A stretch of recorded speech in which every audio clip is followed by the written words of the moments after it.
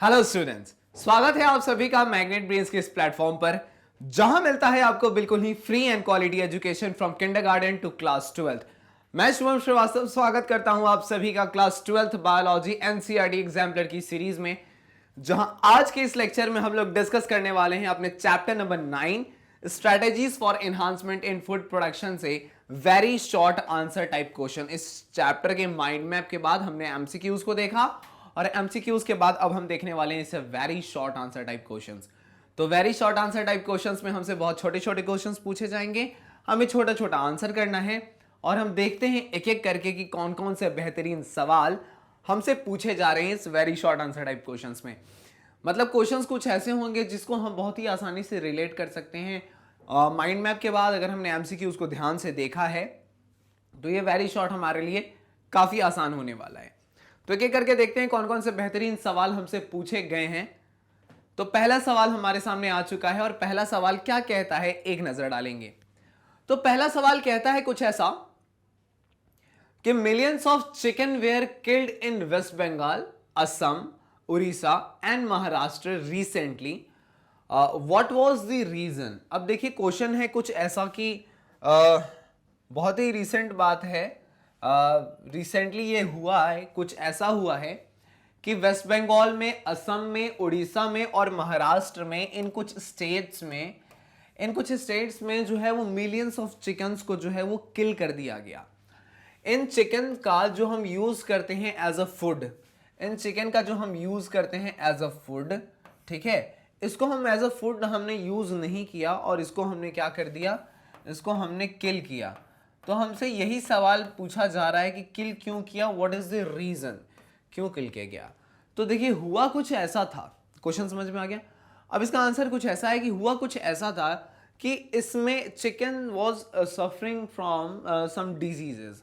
तो क्या था, उनमें इन्फेक्शन था, उनको डिजीज हो रखा था। तो कहता है कि to prevent the flu that has infected to the chicken, उनको एक्चुअली फ्लू हो रखा था, बहुत एक major population of the chicken में ये फ्लू फैल चुका था। तो इसके कारण क्या है कि अगर इस फ्लू वाले अगर चिकन को अगर कोई इंसान अगर खाता तो हो सकता है कि डिजीज जो है वो इंसान की वो जो पैथोजन है वो इंसान के बॉडी में भी एंटर कर सकता था और उसके बाद इंसान की भी तबीयत जो है, हम ह्यूमंस की तबीयत जो है, हमारी भी तबीयत बिगड़ सकती थी। तो इसको रोकने के लिए और ये फ्लू जो है वो फिर दूसरे चिकन्स तक ना पहुंचे, दैट इज वाई ये जो पहले से इन्फेक्टेड चिकन्स थे, मिलियंस में इनकी संख्या थी, इनको किल कर दिया गया। तो वही कहता है कि to prevent the flu that has infected to the chicken from further spreading into other areas, the chickens in these states were killed. समझ में आ रहा है कि इन्फेक्शन और ज्यादा ना फैल जाए तो हमने क्या किया कि इसको हमने किल कर दिया। ये हाँ बहुत ही आसान क्वेश्चन, इसको भी आप नोट कर सकते हो, इसको आप स्क्रीनशॉट निकाल सकते हो। फिर हम चलते हैं अपने क्वेश्चन नंबर 2 की तरफ की, उधर हमसे क्या पूछा जा रहा है। ठीक है, क्वेश्चन नंबर 2 हमारे सामने और क्वेश्चन नंबर 2 हमसे क्या कहता है एक नजर डालेंगे। तो क्वेश्चन नंबर 2 का कहना है कुछ ऐसा कि can gamma rays used for crop improvement programs prove to be harmful for health, discuss. अब देखिए क्या सवाल का कहना है कि हमें क्रॉप इंप्रूवमेंट तो करवाना है। क्रॉप में इंप्रूवमेंट इसलिए करना है दैट इज वाई कि हमारी क्योंकि हमारी ये जो पॉपुलेशन है ये बढ़ता जा रहा है और पॉपुलेशन के बढ़ने के साथ डिमांड जो है वो बढ़ रही है। तो डिमांड को फुलफिल करने के लिए हम चाह रहे हैं कि क्रॉप का जो प्रोडक्शन हो रहा है वो ज्यादा से ज्यादा हो सके, है ना। तो क्रॉप की क्वालिटी को भी हमें बढ़ाना होगा, उसमें भी इंप्रूवमेंट चाहिए। तो क्रॉप इंप्रूवमेंट प्रोग्राम चल रहा है, ठीक है। अब इस क्रॉप इंप्रूवमेंट प्रोग्राम में हमको करना है क्या, तो देखिए यहां पर क्या है, यहां पर है crop improvement program, crop improvement program. अब इस क्रॉप इंप्रूवमेंट प्रोग्राम में हमारा मकसद यही है कि हम क्रॉप की क्वालिटी और साथ साथ हम इसकी क्वांटिटी को भी हम बढ़ा दें, ठीक है, इसकी क्वांटिटी को भी बढ़ा दें, ये हमारा मकसद है, ठीक है। ताकि हम ऐसा इसलिए क्यों कर रहे हैं ऐसा, तो हम ऐसा इसलिए कर रहे हैं ताकि हम जो है वो पॉपुलेशन के, हम ऐसा कर रहे हैं ताकि पॉपुलेशन के डिमांड को हम पूरा कर सकें, हम पॉपुलेशन के डिमांड को हम फुलफिल कर सकें। अब इसलिए हम क्या कर रहे हैं, हम इसमें कुछ कुछ अपना साइंस लगाया जा रहा है। तो इसी साइंस में क्या एक ये भी है कि इसमें हम क्या गामा रेस का यूज करके भी इसको गामा रेस का भी यूज करके हम क्या क्रॉप इंप्रूवमेंट कर सकते हैं। ठीक है, पहला सवाल ये। फिर कहता है program prove to be harmful for health, और ये जो है जो इसके और गामा रेस के थ्रू जो ये किया जा रहा है इसको हेल्थ के लिए हार्मफुल बताया गया है, इसके बारे में डिस्कस करना है हमें। अब देखिए होता कुछ ऐसा है कि जब भी हम गामा रेस का यूज करते हैं तो गामा रेस का यूज करके हम करते क्या हैं, तो गामा रेस का जैसे ही हम यूज करते हैं ये गामा रेस जा करके जो बेस पेयर्स हैं, जो जेनेटिक मटेरियल का जो बेस पेयर है ये उसमें चेंज लाता है। ठीक है, और इसका मतलब साफ है कि यहां पर हमें क्या देखने को मिलेगा, तो हमें यहां पर म्यूटेशन देखने को मिलेगा। ठीक है, यहां पर म्यूटेशन देखने को मिलेगा। ये म्यूटेशन दो रास्तों पर चल सकता है। यहां पर हमें या तो देखने को मिल सकता है कि ये जो है वो नेगेटिव डायरेक्शन में जा रहा है या तो ये पॉजिटिव डायरेक्शन में जा रहा है। कहने का मतलब है कि हो सकता है कि इस बेस पेयर में चेंज आने से जो क्वालिटी है वो और घट जाए, या फिर ऐसा भी हो सकता है कि जो क्वालिटी है वो और पहले के मुकाबले बढ़ जाए। तो फिर यहाँ पे कभी कभी क्वालिटी घटती भी है, बढ़ती भी है। तो जिस वाले केस में हमें क्वालिटी बढ़ती हुई दिख रही है, मतलब पॉजिटिव हमें दिख रहा है साइन, हम इसको लेकर के फिर आगे कंटिन्यू करते हैं तो हम समझ गए कि ये कैसे होता है, तो ये म्यूटेशन से होता है। वही चीज यहाँ कहता है कि the rays then cause mutation in the crops and only the crop with desired and useful mutation are used for further growth। ठीक है, तो हमने इसको यूज किया और इसको यूज हमने नहीं किया। Also humans are not in direct contact with the rays, लेकिन यहां पर क्या है कि हम इसको यूज करते हैं, हम बिल्कुल इसको यूज करते हैं, क्योंकि यहां पर हम ह्यूमंस जो हैं वो इस रेस के डायरेक्ट कांटेक्ट में किसी तरीके से नहीं आ रहे, हम इसके डायरेक्ट कांटेक्ट में किसी तरीके से नहीं आ रहे हैं। डायरेक्ट कांटेक्ट में आ रहा है ये क्रॉप, और क्रॉप का हो रहा है यहाँ पर क्रॉप के जेनेटिक मटेरियल में या बेस पेयर में चेंज। तो जो भी होना है इन क्रॉप प्लांट्स में होना है, हम ह्यूमंस में इसका कोई असर हमें देखने को नहीं मिल रहा है। समझ में आ रही चीजें? अब इसको भी नोट कर सकते हो, आप इसको भी स्क्रीनशॉट कर सकते हो। फिर हम चलते हैं अपने क्वेश्चन नंबर 3 के तरफ की, उधर हमसे क्या पूछा जा रहा है ना। आते हैं अपने तीसरे सवाल की तरफ। किसी तरीके की अगर डाउट है आपको तो आप कमेंट बॉक्स में बिल्कुल पूछ सकते हैं डाउट्स अपने, है ना। आ जाते हैं अपने तीसरे सवाल की तरफ, और तीसरा सवाल हमसे कहता है कुछ ऐसा कि in animal husbandry if two closely related animals are mated for few generations, it results in loss of fertility and vigor. Why is this so? अब देखिए क्या होता है केस, ये केस हमने डिस्कस किया है। इस केस को हमने डिस्कस किया कि एनिमल हस्बेंड्री का केस है। कहने का मतलब है कि हम लोग एनिमल को रखेंगे, संभाल के उसको उसकी केयर करेंगे, उसको न्यूट्रिशन, उसके रिप्रोडक्शन से लेके उसके हेल्थ, सब चीज पर ध्यान दिया जाना है यहाँ पे। तो इसी में जब रिप्रोडक्शन वाला समय आता है तो यहां पर कह रहा है कि दो क्लोजली रिलेटेड एनिमल्स को जो है वो मेट करवाया गया। अब क्लोजली रिलेटेड हैं, क्लोजली रिलेटेड है, दैट मीन्स कि इनका जो जेनेटिक मटेरियल है वो बहुत हद तक एक जैसा है। ठीक है, मतलब एक ही जैसा है। ऐसा है कि बहुत ही, देखिए 100% तो सेम नहीं होगा, लेकिन इसका 99.999% जो है वो मैच कर रहा है। तो इस केस में क्या होगा कि इस केस में अगर हमने यहां पर पेरेंट्स को रखा, ठीक है, पेरेंट 1 इंटू पेरेंट 2, इन दोनों को करवा दिया फ्यूज, जनरेशन 1 हमें मिलता है। सेम हमने फिर करवाया इसी का, तो हमें जनरेशन 2 मिला, हमें जनरेशन 3 मिला, हमें जनरेशन 4 मिला। और यहाँ पे क्या क्लोजली रिलेटेड को हम लोग यहाँ पर क्या करवा रहे हैं, क्लोजली रिलेटेड एनिमल्स को हम लोग मेट करवा रहे हैं। और ये चीज करवाया जाता है अप टू 4 to 6 जनरेशन तक की बात की जाती है। Generation 4, generation 5 and generation number 6। Generation number 6 की बात की जाती है यहां पे,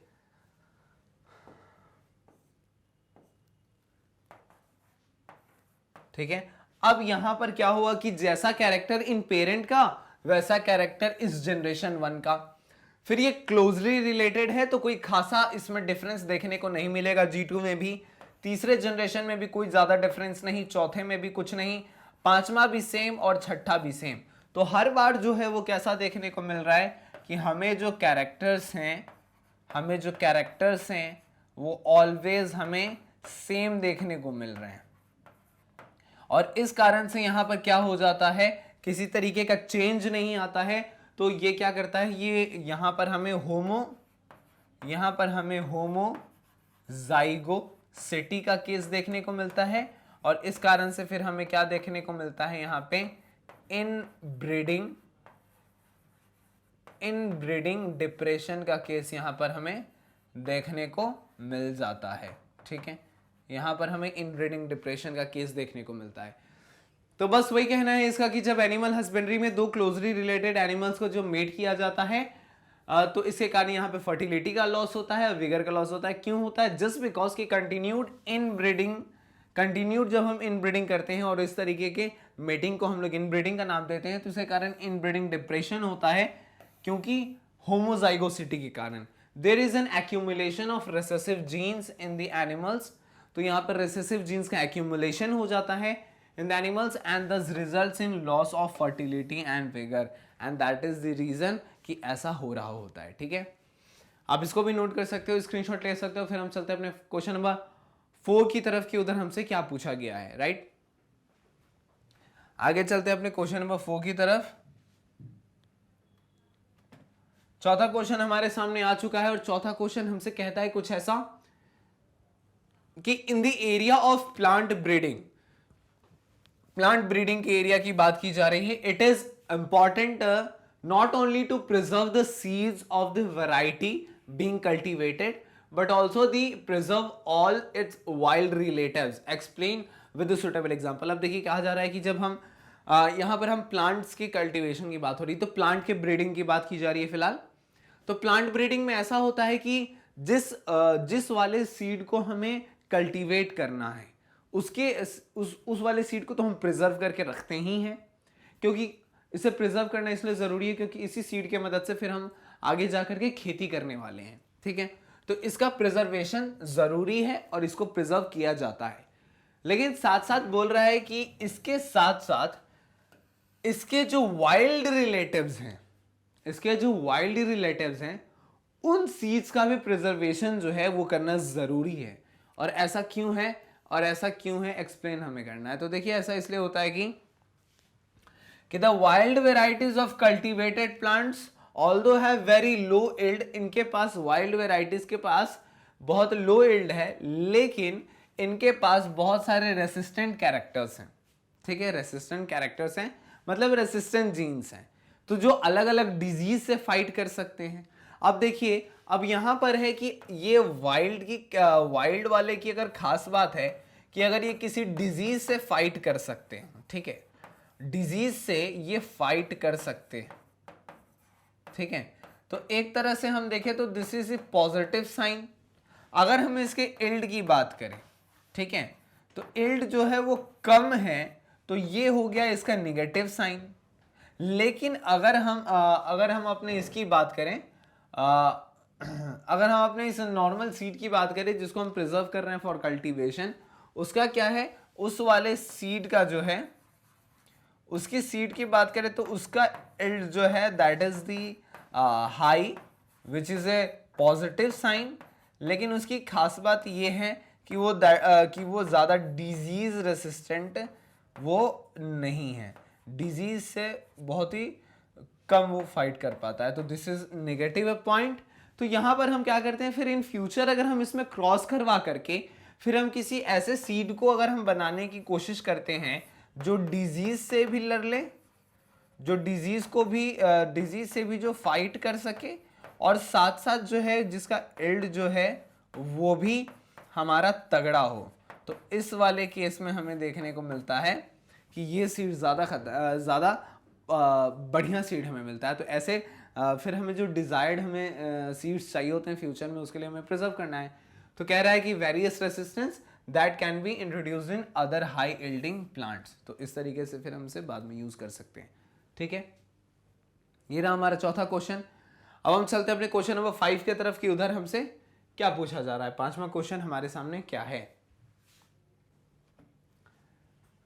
ये रहा हमारे सामने हमारा 5th क्वेश्चन। और पांचवा क्वेश्चन हमसे कहता है कुछ ऐसा कि नेम ए मैनमेड सीरियल। तो मैनमेड सीरियल का नाम यहां पे लेना है कि मैनमेड क्या है, trace how it was developed and where it is used. ये कैसे डेवलप किया गया और इसका किधर हम यूज करते हैं, इसके बारे में हमें डिस्कशन करना है। तो देखिए क्या है कि मैनमेड सीरियल जो है ये इसका एक बहुत ही अच्छा सा इसका एक नाम है, दैट इज की ट्राइटिकल। ठीक है, एक ये हमारे पास मैनमेड सीरियल। बताइए, नेचर को चैलेंज करके हमने इंसान ने अपने डिजायर के अकॉर्डिंग एक नए अनाज को ही बना दिया। समझ रहे, मतलब कि ये जो नेचर में ऑलरेडी पाया जाता है उससे भी छेड़छाड़ करके इंसान ने एक नया सीरियल बना करके तैयार कर दिया। This manmade serial is a hybrid was developed by the crossing the रे विथ व्हीट। अब देखिए यहां पर इसको कैसे बनाया गया, तो रे को क्रॉस करवा दिया किससे, तो रे को क्रॉस करवा दिया गया व्हीट से, एंड एज अ रिजल्ट हमें यहां पर ट्राइटिकल हमें देखने को मिला। ये रिजल्ट था हमारे पास। This cereal is used as fodder. The fodder is a food for animals. तो इसको फूडर के लिए यूज किया जाता है, मतलब कि इसे एनिमल्स यूज करते हैं, एनिमल्स को खिलाया जाता है इसे, तो एनिमल्स का पेट भरा जाता है इससे। ठीक है, तो यहाँ पर हमारा क्वेश्चन मैनमेड सीरियल, तो देखिए ट्राइटिकल हो गया, कैसे बना, तो यहाँ पर रे और वीट को जो है वहाँ पे क्रॉस करवाया गया, तो ये बना हमारे पास, और ये यूज होता है एज अ फूड। कहने का मतलब है कि एनिमल्स के फूड के रूप में इसका यूज किया जाता है। ठीक है, ये रहा हमारे पास क्वेश्चन नंबर 5। बहुत ज्यादा मुश्किल नहीं है, आसान आसान क्वेश्चन है। अब हम चलते हैं अपने क्वेश्चन नंबर 6 की तरफ की क्वेश्चन नंबर 6 जो है वो हमसे क्या पूछ रहा है।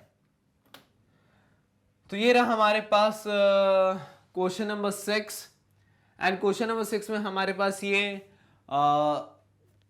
कुछ एक चार्ट दे रखा है, एक फ्लो चार्ट है, और उसमें हमें कह रहा है कि फिल करना है ब्लैंक को। ये जो ब्लैंक्स हैं इसको फिल करना है। ठीक है, तो देखिए टोमेटो सेल और पोटैटो सेल को जो है यहाँ पर मिक्स किया गया है। एक हमें ध्यान देना है कि टोमेटो सेल है यहाँ पे, और एक हमारे पास पोटैटो का सेल है। ठीक है, और यहाँ पे लिखता है कि सेल वॉल डाइजेस्टिंग एंजाइम। अब देखिए टोमेटो सेल क्या है, tomato and potato both are plant cell, relate करते हैं एक दूसरे से। ये दोनों है कैसे, तो प्लांट सेल है। अब प्लांट सेल की खास बात ये है कि इसके पास सेल वॉल जो है, इनके पास सेल वॉल जो है वो होंगे। ठीक है, अब सेल वॉल होंगे, और यहां पर लिखता है कि सेल वॉल डाइजेस्टिंग एंजाइम। तो कहने का मतलब है कि सेल वॉल को डाइजेस्ट करने वाले एंजाइम्स यहां पर रखे हुए हैं। तो वो एंजाइम जैसे ही यहां पर आएंगे, ये जो सेल वॉल है ये डाइजेस्ट हो जाएगा, और इसके डाइजेस्ट होने के बाद यहां पर जो ये प्लांट सेल, यहां पर plant cell without cell wall हमें देखने को मिलेगा। और ऐसा कुछ हमें देखने को मिला था सोमैटिक हाइब्रिडाइजेशन टाइप ऑफ वाले केस में। तो हम समझ रहे हैं कि सोमैटिक हाइब्रिडाइजेशन वाला केस है। तो यहां पर सेल वॉल डाइजेस्टिंग एंजाइम क्या हो सकता है हमारे पास, तो सेल्यूलेजेस कैटालाइज ये हमारे पास हो सकता है। ठीक है, सेल्यूलेज एंड पेक्टेज ये हमारे पास हो सकता है। फिर हमारे पास है कि इसका फ्यूजन हुआ, किसका, तो उन सेल्स का जिनके पास सेल वॉल नहीं है, और फ्यूजन होने के बाद नंबर 2 में क्या बना दिया जाएगा, कह रहा है कि that is name of the process. तो प्रोसेस का नाम क्या है, फ्यूजन होता है, that is known as the somatic hybridization, ये वाला। ठीक है, इसके बाद कह रहा है सोमैटिक हाइब्रिडाइजेशन से कहानी आगे बढ़ी, नेम ऑफ द प्लांट। तो इस प्लांट का क्या नाम होगा, जब टोमेटो और पोटैटो मिलता है, टोमेटो और पोटैटो मिलता है तो ये बनाता है हमारे पास पोमैटो। ये क्या बनता है यहाँ पे, पोमैटो। और फिर यहाँ पर क्या होता है, इसके बाद term use to denote such plants, और ऐसे प्लांट्स को हम कैसे डिनोट करते हैं, तो सोमैटिक हाइब्रिड से डिनोट करते हैं। प्रोसेस है somatic hybridization and such plants are known as somatic hybrid. बहुत ज्यादा मुश्किल नहीं था, ठीक है, आप इसको भी नोट कर सकते हो, स्क्रीनशॉट ले सकते हो। फिर चलते हैं हम अपने क्वेश्चन नंबर 7 की तरफ कि उधर हमसे क्या पूछा जा रहा है, ठीक है। क्वेश्चन नंबर 7 हमारे सामने आ चुका है और क्वेश्चन नंबर 7 में हमें देखना है कुछ ऐसा कि a few statements are given below. यहां पर हमारे पास कुछ स्टेटमेंट्स है, दैट इज कि statement A, statement B, statement C and statement D, ठीक है। कुछ स्टेटमेंट्स हमारे पास are given below and followed by a set of terms in box. मतलब ये हमारे पास कुछ टर्म्स हैं यहाँ पे, ठीक है। यहाँ पर हमारे पास कुछ टर्म्स हैं जिसको हमने क्या किया, एक बॉक्स में हमने इसे इस तरीके से बना दिया क्योंकि लिखा है यहाँ पे। अब कह रहे हैं कि pick the correct term and write it against the appropriate statement. अब हमें यहां से क्या कि हमारे पास है 4 स्टेटमेंट, हमारे पास है 4 स्टेटमेंट्स और इसके लिए हमारे पास कितने हैं, तो हमारे पास यहां पर 5 टर्म्स, ठीक है। तो कोई तो एक ऐसा टर्म है जिसका यूज यहां पे नहीं होना है और ये हमें एक्चुअली करना है क्या कि हमें ये स्टेटमेंट पढ़ना है, दैट इज की mating of closely related individuals with in the same breed. हमने ये पढ़ा, फिर हम नीचे इन बॉक्स में देखेंगे कि ये क्या होता है, ये किसके बारे में बता रहा है, क्या इसका मतलब क्रॉस ब्रीडिंग है या फिर इंटरस्पेसिफिक हाइब्रिडाइजेशन है, आउट ब्रीडिंग है, आउट क्रॉसिंग है या इन ब्रीडिंग है, इस तरीके से हमें देखना है, ठीक है। तो पहला पढ़ते हैं, पहला स्टेटमेंट क्या कह रहा है हमारा। तो पहला स्टेटमेंट कहता है कि meeting of closely related individuals with in the same breed. तो किसी भी एक ब्रीड के अंदर इसको बार बार करना, this is like in breeding, इसको हम इन ब्रीडिंग का नाम दे सकते हैं, ठीक है। इसको एक बार हम मिलाने की कोशिश करते हैं, तो बिल्कुल यहां पर हमें दिख रहा है कि यहां पर हमें इन ब्रीडिंग है, ठीक है। फिर कहता है कि mating of animals of the same breed. अब ब्रीड यहां पर कैसा है, तो सेम है। Mating of animals of same breed but having no common ancestors on either side for 4 to 6 generation. तो कहने का मतलब है कि अगर हम मेल तरफ से चले, male parent and female parent को हमने मिक्स किया है, लेकिन इनके पिछले 4 से 6 जनरेशन तक कोई कॉमन एंसेस्टर्स नहीं है, तो इस केस को हम क्या कहते हैं, तो इस केस को हम लोग आउट क्रॉसिंग का नाम, इसको हम लोग आउट क्रॉसिंग का नाम देते हैं। और वही चीज यहां हमारा लिखता है कि बी हो जाएगा हमारा आउट क्रॉसिंग, ठीक है। अब कह रहा है कि mating of animals of 2 different species. तो देखिए जब 2 स्पेशीज, अलग अलग स्पेशीज के बीच में होता है मीटिंग, तब हम उसे क्या नाम देते हैं, तब हम उसे नाम देते हैं दैट इज की इंटर स्पेसिफिक हाइब्रिडाइजेशन का हम उसे नाम देते हैं, ठीक है। क्या नाम देते हैं हम उसे, इंटर स्पेसिफिक ब्रीडिंग लिखा है, इंटर स्पेसिफिक हाइब्रिडाइजेशन का नाम हम लोग देते हैं, ठीक है। फिर कह रहा है कि crossing of animals belonging to different breeds. तो जब हम लोग डिफरेंट ब्रीड में करते हैं, तो मतलब यहां ब्रीड की बात हो रही है और डिफरेंट ब्रीड में यहां पर क्रॉस है, तो cross between different breeds that is the cross breed. तो कहने का मतलब है कि यहां पर इसका मतलब हो जाए कि हम लोग क्या करवाते हैं यहाँ पे, तो इस प्रोसेस को हम लोग क्रॉस ब्रीडिंग का नाम देते हैं। तो कहने का मतलब है कि क्रॉस ब्रीडिंग क्या हो जाएगा, तो this is the D, interspecific hybridization is C, out crossing is B and in breeding is A. और यहाँ पे आउट ब्रीडिंग जो है वो यहाँ पे आउट हो जाएगा, ठीक है। इसको भी आप नोट कर सकते हो, बहुत ही प्यारा सवाल था, क्वेश्चन नंबर 7। इसके बाद हम चलते हैं अपने क्वेश्चन नंबर 9 पे कि क्वेश्चन नंबर 8 पे कि उधर हमसे क्या पूछा जा रहा है, ठीक है। क्वेश्चन नंबर 8 की तरफ आते हैं, ये रहा इसका आंसर। और क्वेश्चन नंबर 8 हमारे सामने आ चुका है। क्वेश्चन नंबर 8 कहता है कि what is meant by hidden hunger.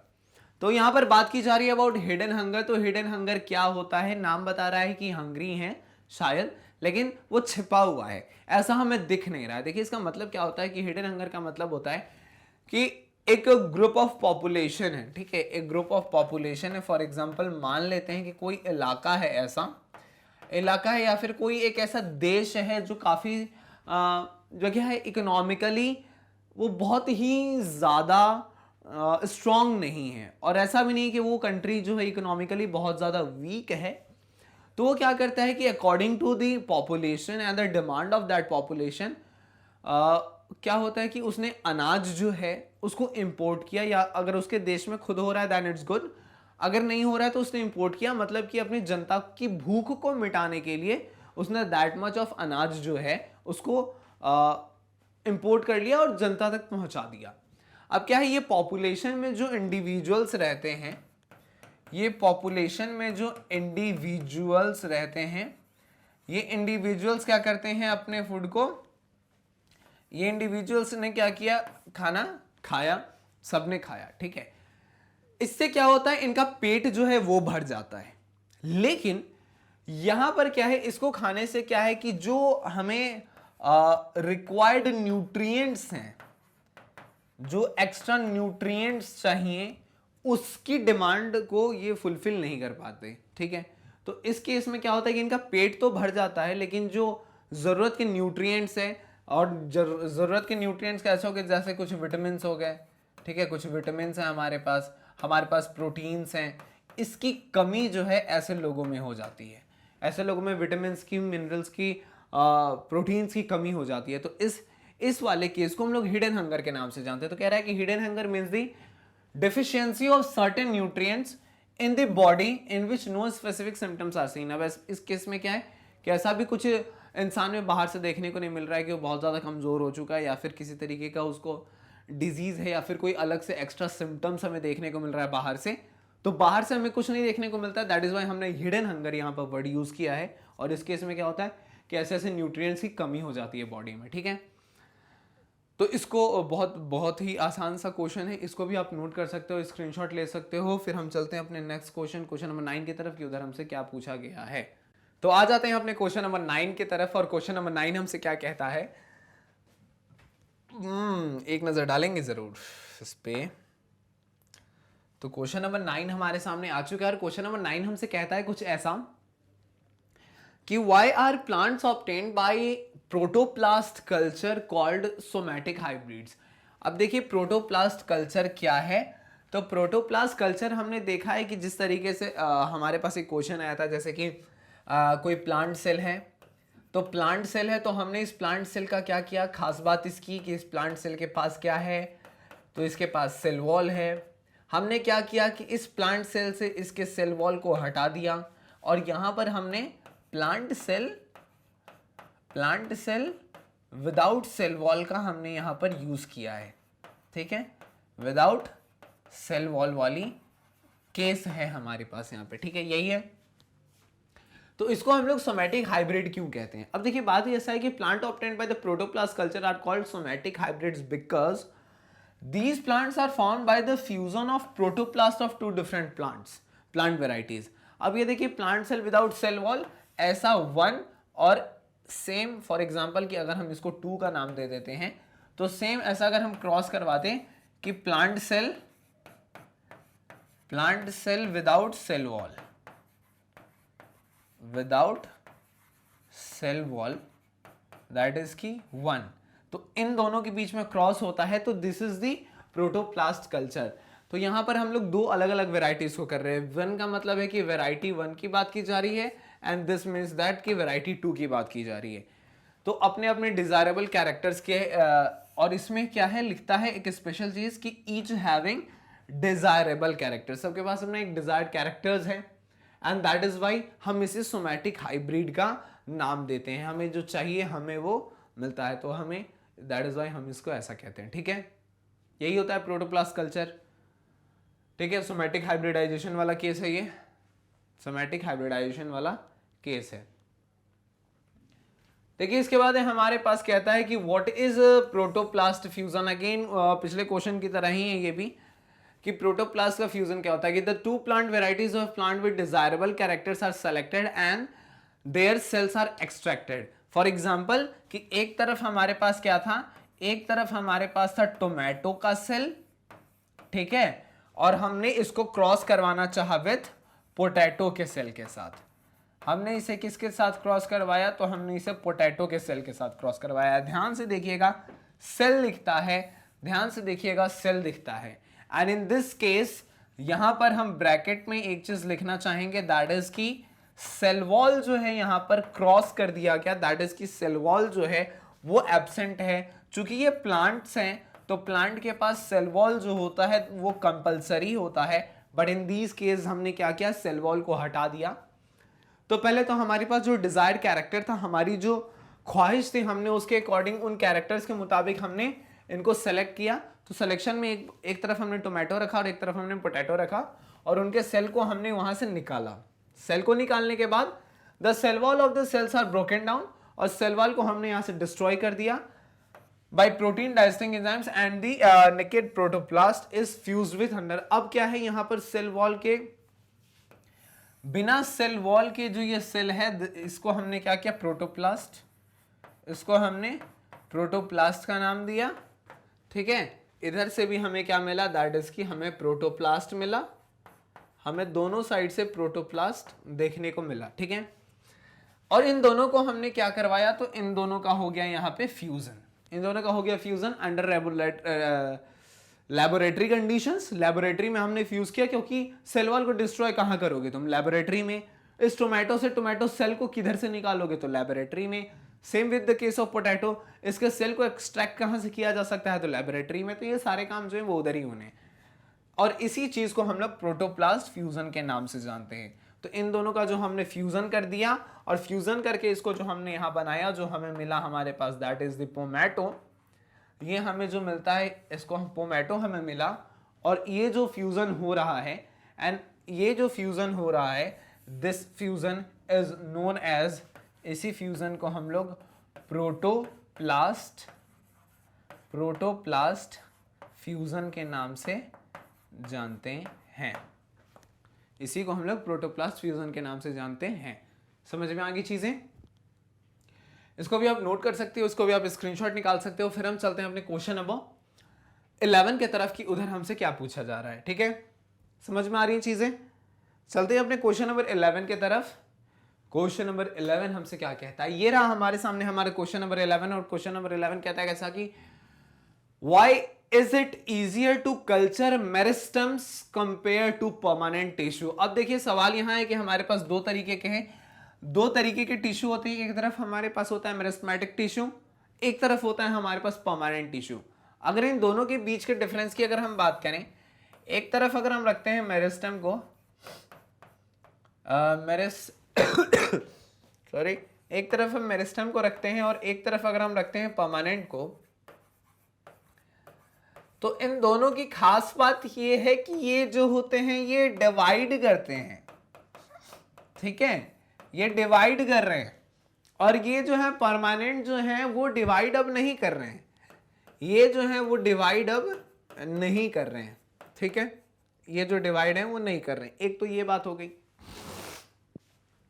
दूसरी चीज की परमानेंट वाले में इनमें जो है वो वायरल इन्फेक्शन के चांसेस ज्यादा हैं। ठीक है, इनमें वायरल इन्फेक्शन के चांसेस ज्यादा हैं, और यहां पर क्या है कि वायरल इन्फेक्शन जो है इस वाले पार्ट में वो ना होना है। ठीक है, वो वायरल इन्फेक्शन इधर तो नहीं होना है। अगर होता भी है, ऐसा तो नहीं होगा, अगर होता भी है तो बहुत ही कम देखने को मिलेगा, मतलब नहीं होगा, समझ लो आप ऐसा। तो इसलिए हम क्या करते हैं कि हम कल्चर में हमेशा मेरिस्टम को यूज करते हैं। ठीक है, अब डिवाइड होता है, क्योंकि वही कह रहा है कि they divide and differentiate into new plants, whereas permanent tissue have lost the ability to division, और परमानेंट जो है वो डिवीजन के एबिलिटी को उसने खो दिया है, so they can not form a new plant, तो वो न्यू प्लांट नहीं बना पाते। दैट इज वाई कि हम इसको यूज करते हैं। दूसरी चीज कि यहां पर लिखा है वायरल इन्फेक्शन के बारे में। अब देखिए कि वो सेल डिवाइड नहीं कर रहा है। परमानेंट की बात करें तो ये जो सेल्स हैं, इसके जो सेल्स हैं ये डिवाइड नहीं कर रहे हैं, ये इसी कंडीशन में है। तो वायरस, जो भी वायरस आएगा वो इसको क्या करेगा, वो इसको अफेक्ट कर देगा। ठीक है, लेकिन वही ये बात की जा रही किसके, तो परमानेंट के बारे में। अब मेरिस्टम की बात करते हैं, तो ये चूंकि डिवाइडिंग है, और डिवाइडिंग है तो ऐसा डिवाइड कर रहा है कि वायरस जो मल्टीप्लाई करता है, वायरस जो अपनी संख्या बढ़ा रहा है, वो 1 का 2, 2 का 4, 4 का 8 हो रहा है, उससे कहीं ज्यादा स्पीड से ये क्या है, ये मेरिस्टम्स जो हैं ये डिवाइड करते हैं। तो इनकी स्पीड ज्यादा है डिवाइडिंग की, तो वो वो इन्फेक्शन क्रिएट करे उसके पहले ही ये डिवाइड हो जाते हैं, तो इन्फेक्शन यहाँ पर नहीं होता है। दैट इज वाई कि मेरिस्टम्स को यूज किया जाता है। ठीक है, इसको भी आप नोट कर सकते हो, स्क्रीनशॉट ले सकते हो। फिर हम चलते हैं अपने नेक्स्ट क्वेश्चन, क्वेश्चन नंबर 12 की तरफ, कि उधर हमसे क्या पूछा जा रहा है। ठीक है, क्वेश्चन नंबर 12 हमारे सामने आ चुका है और क्वेश्चन नंबर 12 हमसे कहता है कुछ ऐसा कि why are proteins synthesized from spirulina called single cell protein। अब देखिए कि जो स्पाइरुलिना से जो प्रोटीन सिंथेसाइज होता है उसको हम लोग सिंगल सेल प्रोटीन क्यों कहते हैं? जस्ट बिकॉज की large amount of protein is produced in a single cell of the spirulina. Spirulina के एक सिंगल सेल में, स्पाइरुलिना के एक सिंगल सेल में बहुत ही ज्यादा प्रोटीन प्रोड्यूस होता है और वो भी बहुत ही शॉर्ट स्पैन में, बहुत ही कम समय में। देखिए 2-3 पॉइंट्स यहां पे लिखता है। एक तो यहां पे इसका सिंगल सेल है, ठीक है, यहां पर इसका एक सिंगल सेल है। सेकेंड पॉइंट यहां पे लिखता है कि लार्ज अमाउंट ऑफ प्रोटीन जो है वो इधर बन रहा है। एंड साथ साथ यहां पर एक और चीज है, दैट इज कि बहुत ही कम समय में ये कहानी जो है वो पूरी हो रही है। तो इस तरीके से ये केसेस हैं हमारे पास। सो हम कह सकते हैं क्या, हम कह सकते हैं यहाँ पे कि इसको, इस कारण से हम इसे सिंगल सेल प्रोटीन के नाम से जान रहे। कह रहे हैं कि large amount of protein is produced in a single cell of the spirulina within a short span which is rich in protein. तो हम यहाँ पर इसको हमने क्या कह दिया, सिंगल सेल प्रोटीन का नाम दे दिया। ठीक है, 12 सवाल हमारे कंप्लीट होते हैं। अब मूव करेंगे अपने क्वेश्चन नंबर 13 की तरफ।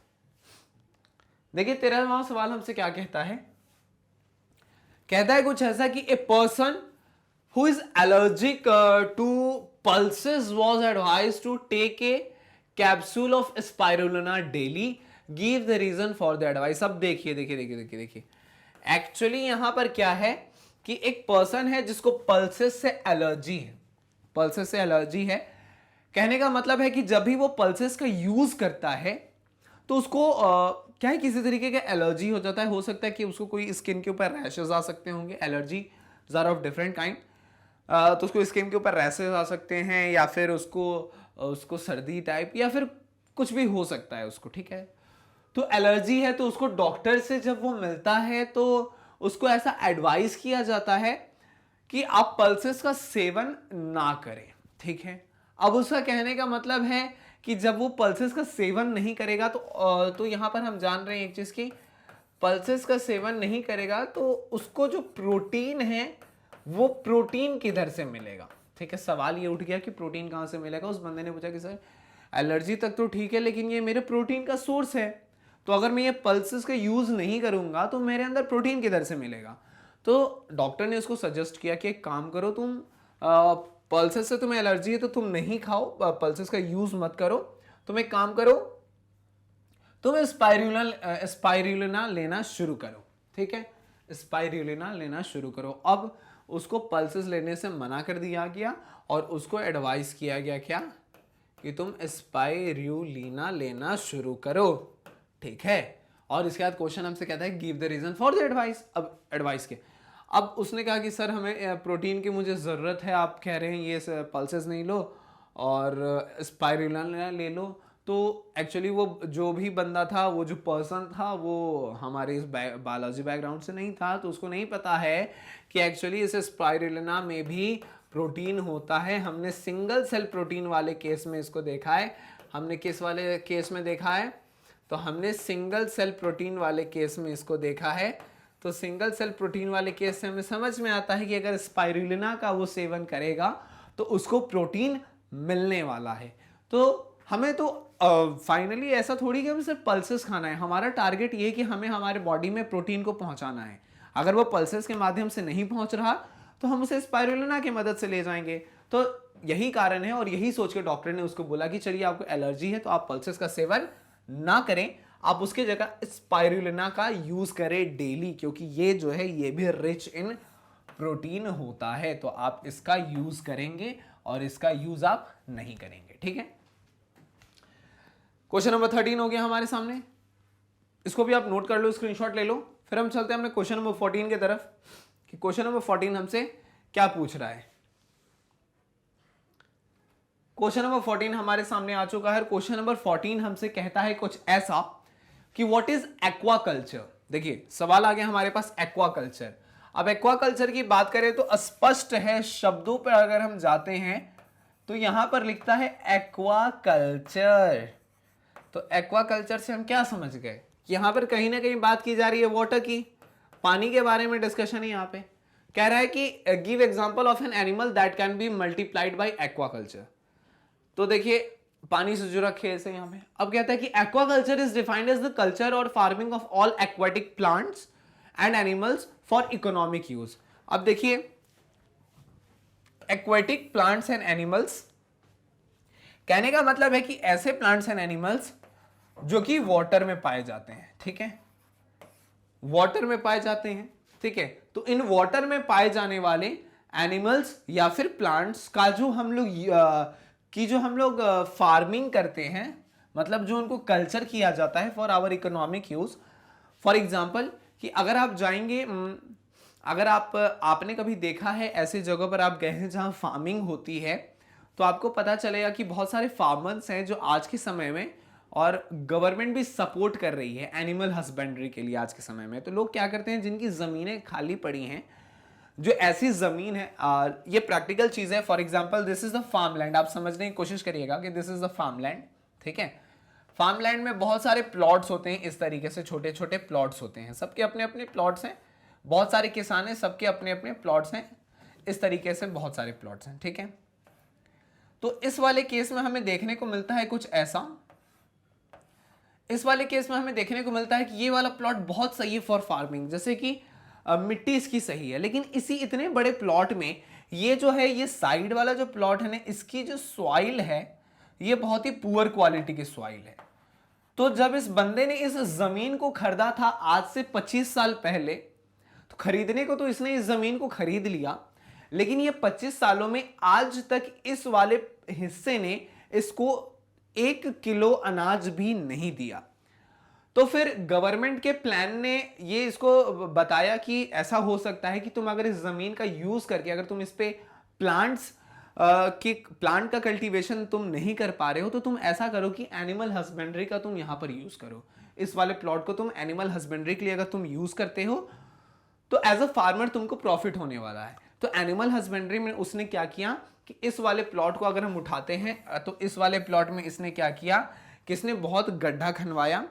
गड्ढा खनवाने के बाद इसको चारों तरफ से इसको एक प्रॉपर इसको लेवल किया गया, इसको प्लास्टर किया गया, और फिर इसके अंदर क्या किया, इसने पानी भर दिया पूरे इसको, और एक स्मॉल तालाब जिसको हम लोग बोलते हैं वैसा इसने इसको छोटे तालाब में बदल दिया इस वाले प्लॉट को, क्योंकि इसमें ऐसे भी प्लांट की खेती नहीं होनी है। अब इसने छोटे तालाब में इसको बदल दिया, और छोटे तालाब में बदलने के बाद इसने क्या किया, इसमें मछली पालन इसने स्टार्ट किया। ठीक है, इसने इसमें क्या स्टार्ट किया, तो इसने इसमें स्टार्ट किया फिश फार्मिंग। और इसका फिश फार्मिंग करने का मकसद ये था ताकि इस फिश की फार्मिंग करने के बाद जब ये फिश इसमें से मैच्योर हो जाते हैं, देन वो क्या करेगा, इस फिश को यहां से निकाल करके वो बेच सके, अपना इकोनॉमिकली वो अपने आप को थोड़ा सा सपोर्ट कर सके। फॉर इकोनॉमिक यूज ये ऐसा कर रहा है। ठीक है, तो ऐसे इकोनॉमिक यूज के लिए जब हम लोग एक्वेटिक प्लांट या फिर किसी एनिमल को जो हम लोग कल्टीवेशन या फिर फार्मिंग करते हैं, तो उसी चीज को हम लोग यहाँ एक्वाकल्चर का नाम देते हैं। ठीक है, अब कहता है कि इसमें तो ये क्या होता है, एक्वाकल्चर समझ में आया।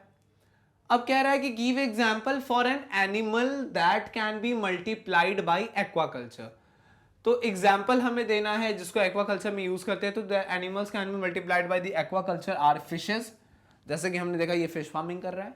लॉबस्टर्स का यहाँ पर काम किया जाता है, क्रैब्स का किया जाता है, एंड मॉलस्क्स एक्सेट्रा। तो इन सबको यहाँ पर एक्वाकल्चर के अंडर रखा गया है, एक्वाकल्चर में इन सब की इन सब का कल्टीवेशन फार्मिंग किया जाता है। ठीक है, बहुत ही आसान सी चीज़ है और ये होता है, ये होता है। ऐसे ऐसे स्टूडेंट जो देख रहे होंगे जो थोड़ा सा रूरल एरिया की तरफ वो रहते हैं तो उनको पता है कि ये क्या होता है। अर्बन एरियाज में रहने वाले को बहुतों को नहीं पता है, क्योंकि बहुतों ने तो ये फार्मलैंड अभी तक नहीं देखा होता है। तो कभी मौका मिले तो जाइए, विजिट करिए, बहुत ही इंटरेस्टिंग है, बहुत ही मज़ा आता है इसमें। पर्सनली मैं आपको बताऊं तो बहुत ज़्यादा मज़ा आता है इसमें। और ये जो केस मैंने आपको बताया, ये केस एक्चुअली मैंने अपनी आंखों से देखा है, तो ये एक प्रैक्टिकल एग्जाम्पल आपको मैंने समझाया यहाँ पे। तो ऐसा होता है, ठीक है, ऐसा होता है। तो इसको भी आप नोट कर सकते हैं, स्क्रीनशॉट ले सकते हैं। फिर हम चलते हैं आगे अपने क्वेश्चन नंबर 15 की तरफ की, उधर हमसे क्या पूछा गया है। ठीक है, चलिए कुछ चलते हैं क्वेश्चन नंबर 15 की तरफ। ये रहा हमारे पास क्वेश्चन नंबर 15। और क्वेश्चन नंबर 15 हमसे कहता है कुछ ऐसा कि what are the duties of veterinary doctors in management of poultry farm. अब देखिए, वेटरनरी डॉक्टर्स के ड्यूटी के बारे में पूछा जा रहा है। अगर बात आ जाए पोल्ट्री फार्म के मैनेजमेंट की, तो देखिए इसमें क्या होता है, इसमें इनको क्या करना पड़ेगा। देखिए कि जो भी इसमें हमारे पास जो भी चिकन्स हैं, हमारे पास चिकन्स हैं, अब हमारे पास चिकन्स हैं, ठीक है।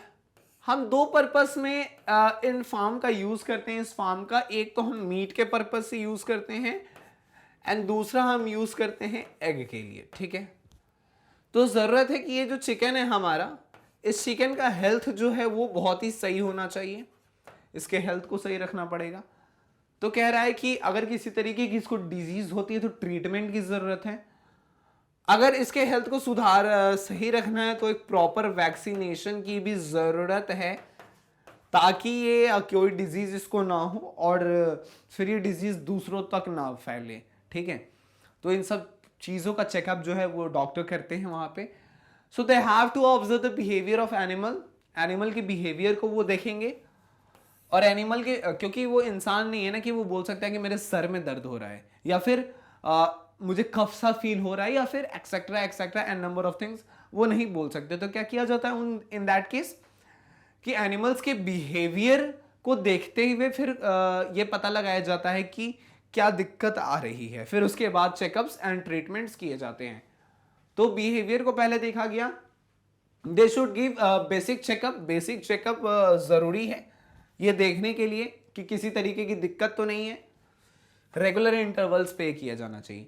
रेगुलर इंटरवल्स पे अगर चेकअप करते हैं तो फिर वो जो हमारे जो ये जो एनिमल्स हैं, जो कि ये बताएंगे नहीं खुद से, तो हम लोग रेगुलर इंटरवल्स पे चेकअप करते हैं तो चीज़ें सही रहती हैं।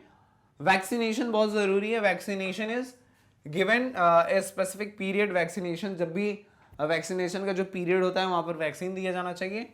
Doing necessary analysis and checking the meat and the egg. तो इस तरीके से ये ड्यूटीज होता है, rules and responsibilities of a veterinary doctor. ठीक है, वेटरनरी डॉक्टर्स का ये ड्यूटी है। ठीक है, इसको भी आप नोट कर सकते हो, स्क्रीनशॉट ले सकते हो। फिर हम चलते हैं अपने क्वेश्चन नंबर 16 की तरफ कि 16वां क्वेश्चन हमसे क्या पूछा जा रहा है। क्वेश्चन नंबर 16 हमसे क्या पूछता है, तो क्वेश्चन नंबर 16 हमसे कहता है कुछ ऐसा कि would it be wrong to call plants obtained through micro propagation as clones? Comment. Would it be wrong to call plants obtained through micro propagation as clone? देखिए, क्लोन जो शब्द है हमने अपने चैप्टर नंबर 1 में देखा था। एंड क्लोन जो शब्द है ये हमने देखा था कि ऐसे ये ऑफस्प्रिंग को हमने क्लोन कहा था। ऑफस्प्रिंग्स जो कि रिजल्ट थे किसके, तो जो रिजल्ट थे ऑफ एसेक्सुअल रिप्रोडक्शन। जो एसेक्सुअल रिप्रोडक्शन के जो रिजल्ट थे उनको हमने क्लोन का नाम दिया था, जस्ट बिकॉज कि they are 100% similar to their parent. ये 100% सिमिलर थे जस्ट बिकॉज कि यहां पर किसी तरीके के गैमेट का फ्यूजन नहीं हो रहा था। ठीक है, जब गैमेट का फ्यूजन नहीं हो रहा था इसका मतलब क्या है कि यहां पर सिंगल पेरेंट का इन्वॉल्वमेंट था, यहां पर सिंगल पेरेंट से कहानी चल रही थी, तो हमने इसे क्लोन का नाम दे दिया था। सेम एज पेरेंट वो बच्चे दिख रहे थे तो हमने क्लोन कहा था। तो यहां पर माइक्रो प्रोपेगेशन में क्या दो पेरेंट इन्वॉल्व हैं, या इस माइक्रो प्रोपेगेशन में भी सिंगल पेरेंट से काम चल रहा है? क्या इस माइक्रो प्रोपेगेशन में गैमेट का फ्यूजन हो रहा है, या फिर इस माइक्रो प्रोपेगेशन में गैमेट का फ्यूजन नहीं हो रहा है? तो उसको समझ लेंगे तो हमें पता चल जाएगा कि यहां पर क्या कैसे। देखिए कि clone is a living organism produced asexually from a single parent, clear है वही चीज, and is genetically identical to it, that is why हमने उसे क्लोन का नाम दिया था। Hence it will be not wrong to call a plants obtained through the micropropagation as clone। इसलिए हम माइक्रो प्रोपेगेशन से भी जन्म लेने वाले जो बच्चे हैं और माइक्रो प्रोपेगेशन के बाद जो नए ऑफस्प्रिंग्स आने वाले हैं उनको भी क्लोन कहना गलत नहीं होगा, जस्ट बिकॉज कि वो भी जेनेटिकली वो जो है वो आइडेंटिकल होंगे अपने पेरेंट से। तो ये वाले केस में भी अपने पेरेंट से वो जेनेटिकली आइडेंटिकल होंगे, काइंड ऑफ एसेक्सुअल रिप्रोडक्शन ही है माइक्रो प्रोपेगेशन। सो हम इनके ऑफस्प्रिंग को हम क्लोन कह सकते हैं, कोई दिक्कत नहीं है, ये गलत नहीं होगा कहना, आप क्लोन बिल्कुल कह सकते हैं। Would it be wrong? तो हमारा आंसर हो जाएगा नो, कोई गलती नहीं हम कर रहे हैं इसको ऐसा कह के, ठीक है। नोट कर सकते हो, स्क्रीनशॉट ले सकते हो। फिर हम चलते हैं अपने क्वेश्चन नंबर 17 की तरफ कि उधर हमसे क्या पूछा गया है, ठीक है।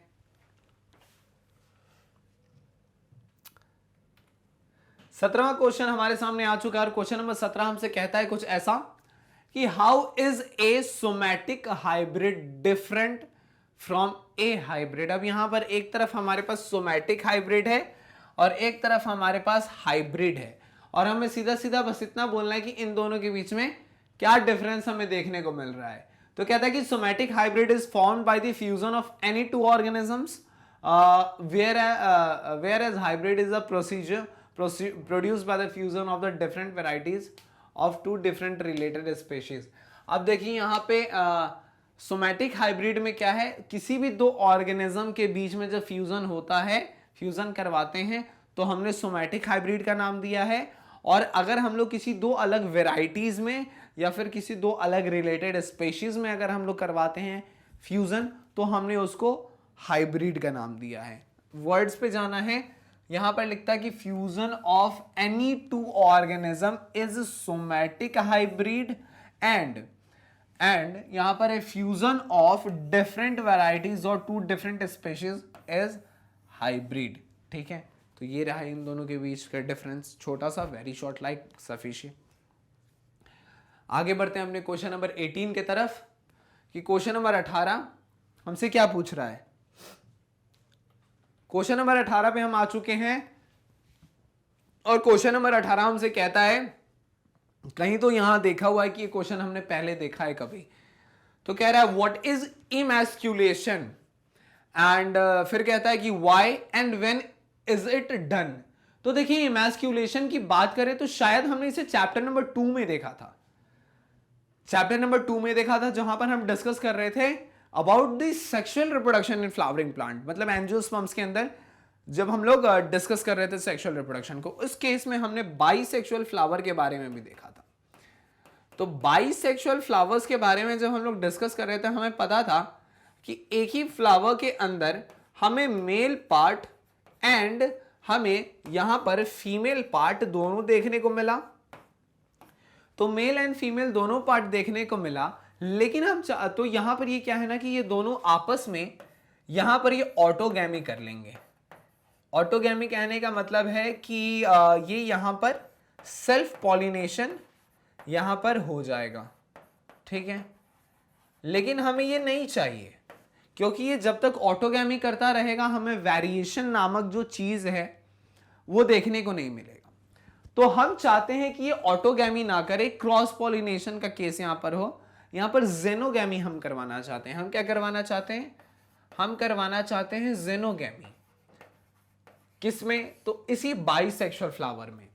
तो हमने इस बाइसेक्सुअल फ्लावर में क्या किया कि एक तरफ जो हमारे पास फीमेल पार्ट है और एक तरफ जो हमारे पास मेल पार्ट है, अगर हम कुछ ऐसा कर दें कि या मेल को यहां से हटा दें या फिर फीमेल को यहां से हटा दें, तो क्या हो जाएगा कि इन दोनों में फिर फ्यूजन नहीं होगा, ठीक है। इन दोनों के गैमेट कांटेक्ट को हमें रोकना है। तो हमने क्या किया, ये मेल पार्ट में हमने क्या किया कि इस मेल पार्ट को हमने कट कर दिया, ठीक है, इस मेल पार्ट को हमने कट कर दिया और कट करके हटा दिया। अब मेल पार्ट ही जब हट गया तो इसकी गैमेट, इसका गैमेट इसके फीमेल पार्ट तक कैसे पहुंचेगा, मेल गैमेट नहीं पहुंच पाएगा इधर। तो यहां पर हमने मेल पार्ट को कट कर दिया एंड दिस इज इमैस्कुलेशन, और इसी को तो हम इमैस्कुलेशन के नाम से जानते हैं। कहता है कि emasculation is the process of removal of male reproductive part that is stamens from the flower, usually A bisexual flower. तो बाइसेक्सुअल फ्लावर में ही हम जनरली करते हैं, जस्ट बिकॉज कि हम चाह रहे हैं कि इसमें ऑटोगैमी ना हो और इसमें क्या हो, इसमें हम जेनोगैमी करवाना चाह रहे हैं। और फिर क्या करेंगे, जो डिजायर्ड हमारा मेल कैरेक्टर है उस कैरेक्टर वाले हम लोग यहाँ पर मेल गैमेट को ला करके यहाँ पर रिलीज करवाएंगे। It is done to make the flowers completely female flower. यहाँ से अब ये फ्लावर मेल खत्म हो गया तो ये सिर्फ फीमेल बचा, ठीक है। तो it is done before the flowers attain maturity, और फ्लावर के मैच्योरिटी से पहले किया जाता है। तो ये क्वेश्चन हमने पढ़ा था ऑलरेडी, याद है आपको, बिल्कुल याद होगा।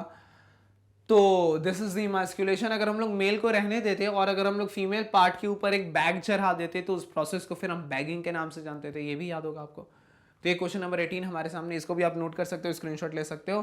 फिर हम चलते हैं क्वेश्चन नंबर 19 की तरफ कि उधर हमसे क्या पूछा जा रहा है। तो अब आगे देखते हैं क्वेश्चन नंबर 19 में हमसे क्या पूछ रहा है। तो ये जो 19वां सवाल है हमारे पास, 19वां सवाल हमसे कहता है कि discuss the two main limitations of plant hybridization program. तो देखिए हर चीज के कुछ अगर अच्छाई है तो बुराई भी है, कुछ लिमिटेशंस भी है हमारे पास। तो प्लांट हाइब्रिडाइजेशन प्रोग्राम जो है, इस प्लांट हाइब्रिडाइजेशन प्रोग्राम के कुछ लिमिटेशंस भी हैं, तो इसी के दो मेन लिमिटेशन के बारे में हमें डिस्कस करना है। देखिए पहला मेन लिमिटेशन क्या है कि availability of desirable trait, this is the first limitation, and second is the linking of the desirable trait to undesirable genes. बहुत ही छोटा सा क्वेश्चन है, दो हमसे लिमिटेशन पूछा गया है तो हम इस तरीके से आंसर कर देंगे। That is number 1 is the availability of desirable trait and number 2 is the linking of desirable trait to undesirable genes. This is the two limitations of plant hybridization program. Very short है, बहुत लंबा नहीं लिखना है। आगे चलते हैं question number 20 की तरफ। क्वेश्चन नंबर 20 कहता है कि एक minute, interspecific crosses are rare in nature and intergeneric crosses almost unknown. Why, देखिए यहाँ पे दो वर्ड्स आ गए हमारे पास, इसको हम पहले समझ लेते हैं। पहला है यहाँ पे इंटर स्पेसिफिक, ठीक है, एक ये है हमारे पास। और ध्यान दीजिएगा दूसरा हमसे क्या बोल रहा है, दैट इज की इंटरजेनरिक। कह रहा है कि इंटर जेनेरिक, ठीक है। और हमने ये पढ़ा है पहले कि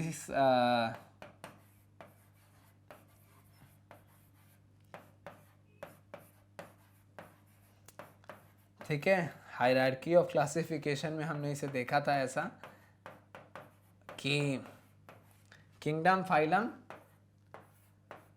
क्लास, इसके बाद था यहाँ पे ऑर्डर, ऑर्डर के बाद फिर हम ऑर्डर से नीचे चल रहे हैं इधर फैमिली, फिर था हमारे पास जीनस, ठीक है, फिर हमारे पास था स्पीशीज, ठीक है। ये हमारे पास कुछ केस था, ठीक है। स्पीशीज जो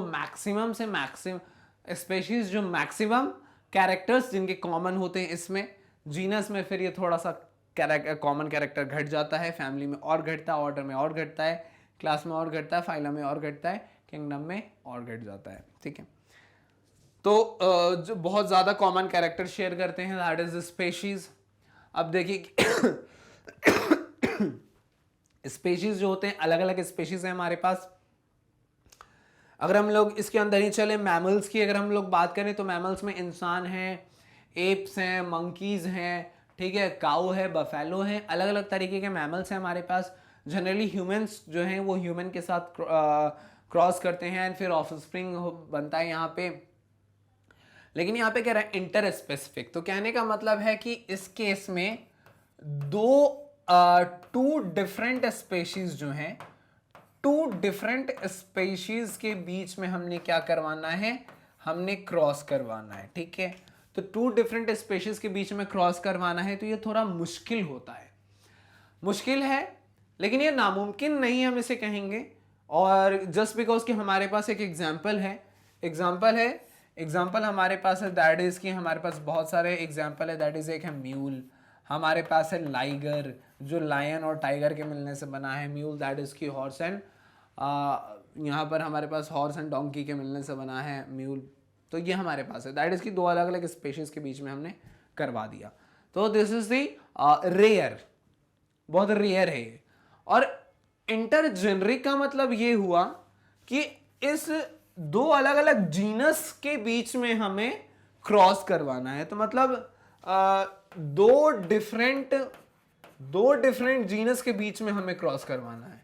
तो ये काफी ज्यादा मतलब क्या बोलते हैं कि प्रैक्टिकल बातें नहीं रही, क्योंकि दो अलग अलग जीनस काफी ज्यादा डिफरेंट एक दूसरे से, काफी ज्यादा डिफरेंट हो जाएंगे एक दूसरे से। तो जब ये काफी ज्यादा डिफरेंट हो जाएंगे एक दूसरे से तो कैरेक्टर्स बहुत ज्यादा बदल जाएगा, ठीक है। तो उस केस में इन दोनों के बीच में फ्यूजन होना फिलहाल के साइंस के अकॉर्डिंग इट्स नॉट पॉसिबल। अभी के हिसाब से फ्यूचर में क्या होता है we don't know, just because कि साइंस एक ऐसी चीज है कि कुछ भी करने की काबिलियत को रखता है। तो हो सकता है कि अगर फ्यूचर में ये ऐसा भी कुछ कर दे कि दो किंगडम को, आज से हो सकता है कि 50-100 साल के बाद अगर ऐसा भी साइंस आ जाए कि दो किंगडम्स, दो अलग अलग किंगडम को भी अगर ये मिलाकर के कोई ऑफस्प्रिंग तैयार कर दिया जाए, दैट इज की बात है। बट फिलहाल ये दो अलग जीनस के को मिलाकर के ये क्रॉस करवाना चाह रहे हैं कि अभी तक तो हमें ऐसा कुछ देखने को नहीं मिला है, सो ये क्रॉस करवाना चाह रहे हैं, so this is not possible. So वही चीज कह रहा है कि intergeneric cross is almost unknown. Why? तो कहता है कि दो different male and female species are mated in the interspecific crossing, the so formed progeny will be infertile। और ये एक्चुअली म्यूल वगैरह हम देखते हैं कि इनफर्टाइल है। Thus the interspecific cross is rare in nature, rare है लेकिन ये है। In intergeneric crossing, the crossing of mating is done between the male and female of two different genera, which is completely impossible। वो फिलहाल के लिए impossible है, ठीक है, फिलहाल के लिए वो impossible है completely। तो ये रहा इस क्वेश्चन के बारे में, ठीक है। ये दो जीनस के बीच में चाह रहा है कि क्रॉस हो जाए, सो फिलहाल के लिए तो ये इम्पॉसिबल है, तो हमने इम्पॉसिबल लिखा है। बट साइंस का कोई भरोसा नहीं कि आने वाले 50 साल के बाद ये पॉसिबल हो जाए, ठीक है। तो ये रहा हमारे पास इस क्वेश्चन का आंसर। फिर हम चलते हैं अपने क्वेश्चन नंबर 21 के तरफ की, उधर हमसे क्या पूछा जा रहा है, ठीक है। क्वेश्चन नंबर 21 पे हम आ चुके हैं। क्वेश्चन नंबर 21 हमसे कहता है कुछ ऐसा कि differentiate between pisciculture and aquaculture, ठीक है, पिसिकल्चर एंड एक्वाकल्चर। देखिए एक्वाकल्चर के बारे में हमने कुछ क्वेश्चन पहले डिस्कस किया था। तो एक्वाकल्चर के बारे में हमने डिस्कस किया था इसके बारे में कि किसी भी एक्वेटिक, जब कोई एक्वेटिक प्लांट या फिर एक्वेटिक एनिमल के हम लोग क्या करते हैं, एनिमल का हम लोग कल्टीवेशन करते हैं, मतलब कहने का कल्टीवेशन मतलब फार्मिंग जो है वो करते हैं, तो हमने उसे एक्वाकल्चर के अंदर रखा है।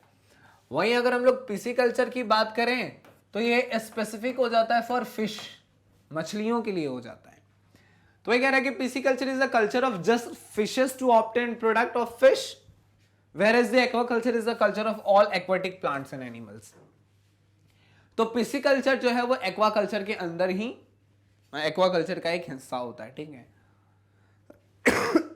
तो पिसिकल्चर का मतलब है कि स्पेसिफिकली यहां पर बात की जा रही है अबाउट फिश, एंड एक्वाकल्चर का मतलब यहां पर होता है, एक्वाकल्चर का मतलब होता है कि पूरे एक्वाटिक एनिमल्स के बारे में यहां पर डिस्कशन किया जा रहा है, ठीक है। समझ में आ रही चीज है, नोट कर सकते हो, स्क्रीनशॉट ले सकते हो। क्वेश्चन नंबर 21 हमने पूरा किया। अब हम चले आते हैं अपने क्वेश्चन नंबर 21 के बाद हमारे पास आ गया 22। तो क्वेश्चन नंबर 22 पे हम चले आते हैं। ये रहा हमारे पास क्वेश्चन नंबर 22। कहता है कुछ ऐसा कि give two important contributions of doctor MS Swaminathan. तो डॉक्टर एमएस स्वामीनाथन के किसी दो इंपॉर्टेंट कंट्रीब्यूशन के बारे में हमें बात करनी है। तो देखिए इनका कंट्रीब्यूशन क्या था, is known as the father of green revolution, इन्हें हम कहते हैं in India. He develop the high yielding varieties of wheat in India, क्या किया था इन्होंने, high yielding varieties of wheat in India को इन्होंने डेवलप किया था। तो ग्रीन रिवॉल्यूशन में हम जानते हैं कुछ ऐसा हुआ था कि कुछ ऐसे साइंस को डेवलप किया गया कि बहुत ही अगर हमारे पास, हम जान रहे हैं कि लैंड हमारे पास अगर कम है लेकिन हमारी जो डिमांड है वो बढ़ती जा रही है, तो इसको हम लोग कैसे मेंटेन करेंगे।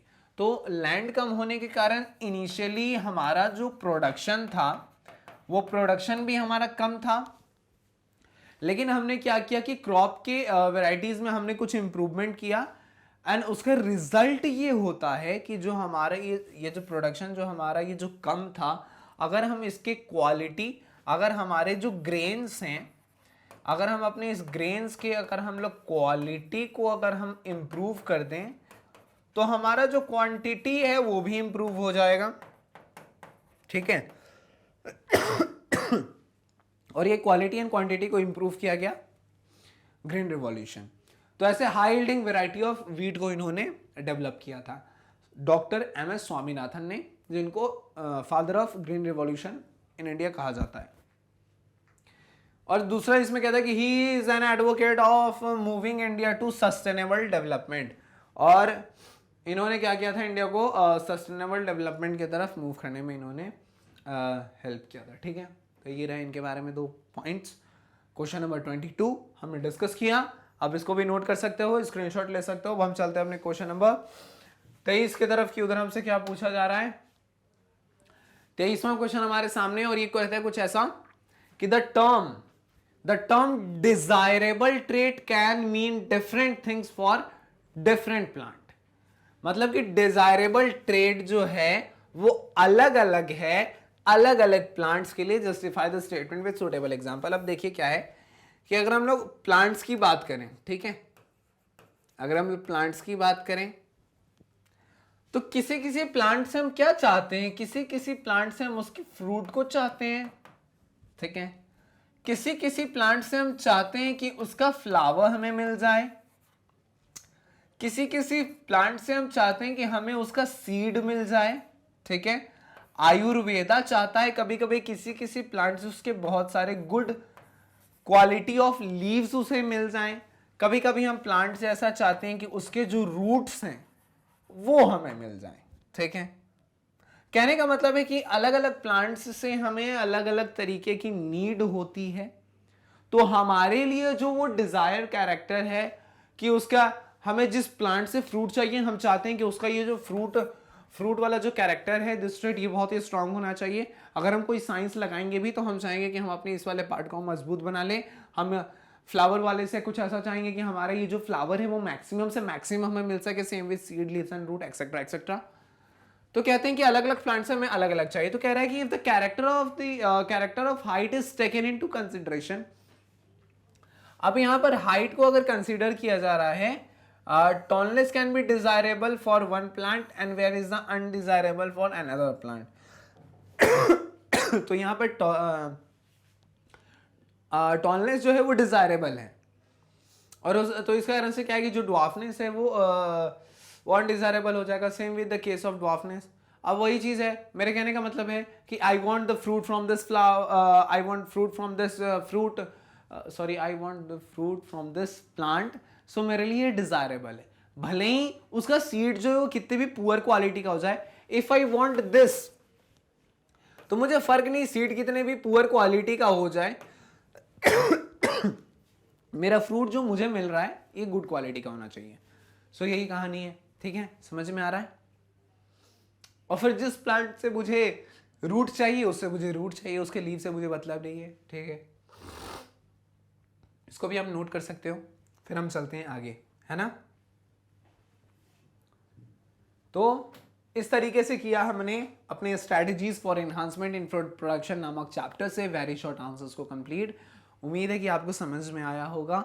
अगर समझ में आया है तो बहुत अच्छी बात है। अगर समझ में नहीं आया, कोई ऐसा पॉइंट लगा हो जो आपके पल्ले ना पड़ा हो, तो आप बेझिझक हमसे डाउट पूछ सकते हैं। ऐसा बहुत बड़ा साइंस नहीं था इसमें। ठीक है, तो इन क्वेश्चंस की प्रैक्टिस करिए और अपने एग्जाम में बहुत ही अच्छा मार्क्स लाना है हमें।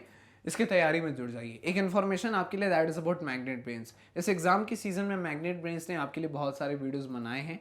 वीडियोस जो आपके सीबीएसई इंग्लिश मीडियम में काम आने वाले हैं, सीबीएसई हिंदी मीडियम में काम आने वाले हैं। आप डिफरेंट स्टेट बोर्ड से हैं तो भी आपको काम आने वाले हैं। कॉम्पिटेटिव एग्जाम्स के बच्चों के लिए भी वीडियोस अवेलेबल है। वीडियोस आपको मिल जाएंगे हमारे यूट्यूब के चैनल पे, या फिर आप डाउनलोड कर सकते हैं हमारे ऐप को, या विजिट कर सकते हैं हमारे वेबसाइट www.magnetbrains.com। वीडियोस देखने के लिए आपको क्लास को चुनना है, सब्जेक्ट पे जाना है, चैप्टर को चुनना है, चैप्टर को चुनने के बाद लेक्चर को चुनना है और वीडियोस देखना है, एंजॉय करना है, नॉलेज को बढ़ाना है, एग्जामिनेशन में रॉक करना है। तो इसी अच्छे बातों के साथ हंसते रहिए, मुस्कुराते रहिए और पढ़ते रहिए मैग्नेट ब्रेन्स के साथ। Tata, thank you, bye bye.